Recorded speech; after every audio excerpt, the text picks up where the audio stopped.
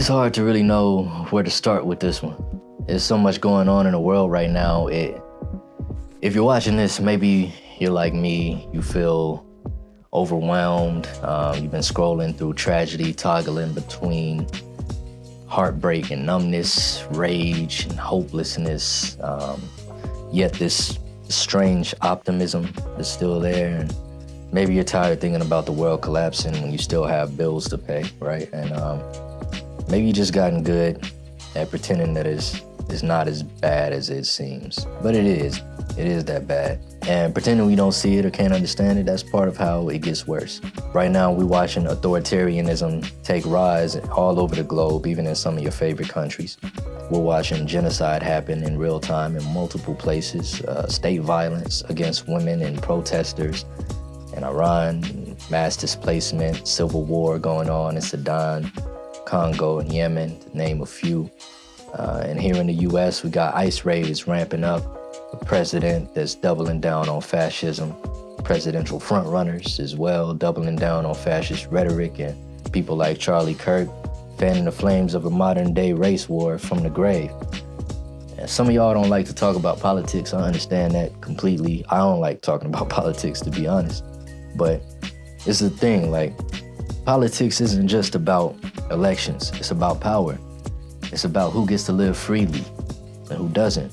It's about what happens when we look away. So let's talk about it, you know? When I think about politics, I'm not thinking about politicians. I'm thinking about the people I know who live in fear of being shot, being deported, or having their freedom taken away. I'm thinking about the kids who grow up code switching just to stay safe, or at least feel safe, right?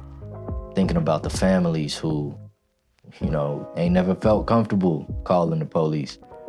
I'm thinking about the people that we label as criminals when what they really are is poor.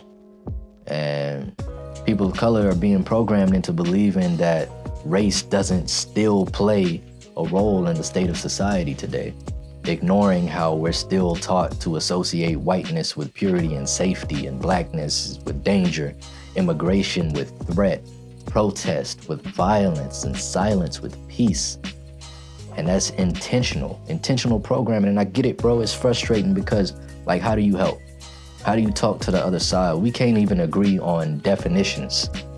So we're basically in our own echo chambers, shouting across the aisle at each other in a language that the other person, the other side, doesn't even speak and has no interest in learning. It's confounding, honestly, because really what we're talking about is just human rights, right? And human decency, equal rights, and people not being killed in cold blood, lynched, kidnapped, brutalized, discriminated against, you know, the things that, like, supposed to be crimes.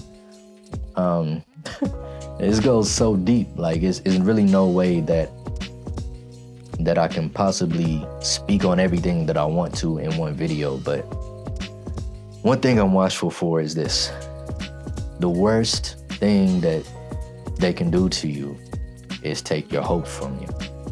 Like, if we really get into it, one of the main reasons that so many YNs today is because so many kids grew up in both physical and digital environments that echoed a message that their skin color and or their economic status meant that they'd never truly be cared for, loved, or invested in.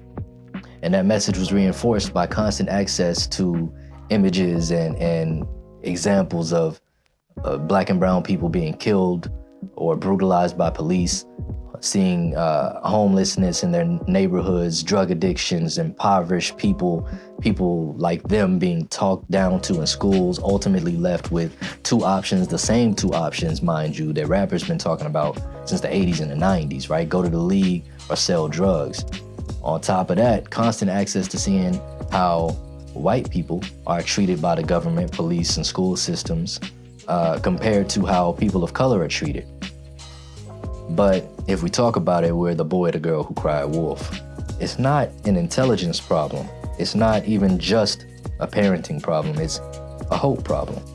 A hope problem made worse by infrastructural neglect in Black and brown neighborhoods, whether by malice or ignorance. Either way, it's a problem that they'd rather not admit exists. And when they take the hope from you, that creates even more radicalization. That's what creates more gangs, more violence, more poverty, more instability, and more distance between the wealthy and the poor. And I'm no conspiracy theorist, but I feel like we've seen this play in other regimes' playbooks before. Like, if you made it this far into the video, thank you. And I'm not here to shame anyone, and I'm not here to just complain. I know what burnout feels like, and I definitely know what it feels like to not know where to start. So here's what I have to offer. Start small. Support local immigrant orgs.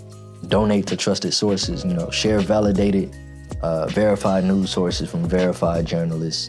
Have one real conversation with somebody who's ready to go deeper. Hold space for grief and action. And I'm gonna keep it all the way 1,000. Like, prepare yourself for any and everything, not from a place of anxiety or fear, but like from a place of peace. Because when you know you're ready and you feel ready, you can move differently. So what does that mean, like being ready? Take a self-defense class. Even if you only go once, like, know something. I've trained in Kung Fu and CQC for over a decade, and it's helped tremendously. Learn how to shoot, even if you don't own a gun, and depending on your state's laws, get a gun. Buy a first aid kit and a trauma kit and keep it in your car or something, like, and learn how to use everything in it properly, like the tourniquets, the quick clap, the wraps, and share the knowledge that you have with your loved ones, whether they want to hear it or not, because the worst thing isn't losing, your own safety, it's losing someone you love, someone you care about, losing each other. I know hearts are heavy, I know you're tired, I know it feels like the world is unraveling and you don't know where to show up. So this is me saying you're not crazy, you're not alone, and your effort still matters. The heartbreak is really, proof that you haven't gone numb, which is great. The grief is a signal of your capacity to still love, and that anger that you feel, that's fuel. It just needs the right direction, the right vessel,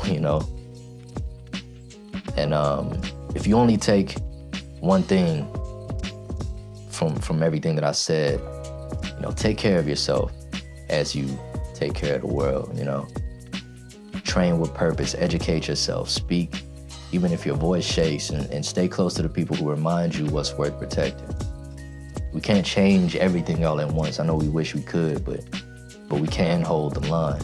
We can build resilience, and we can choose not to disappear. We can choose not to give up. We can choose not to lose hope, and that's important.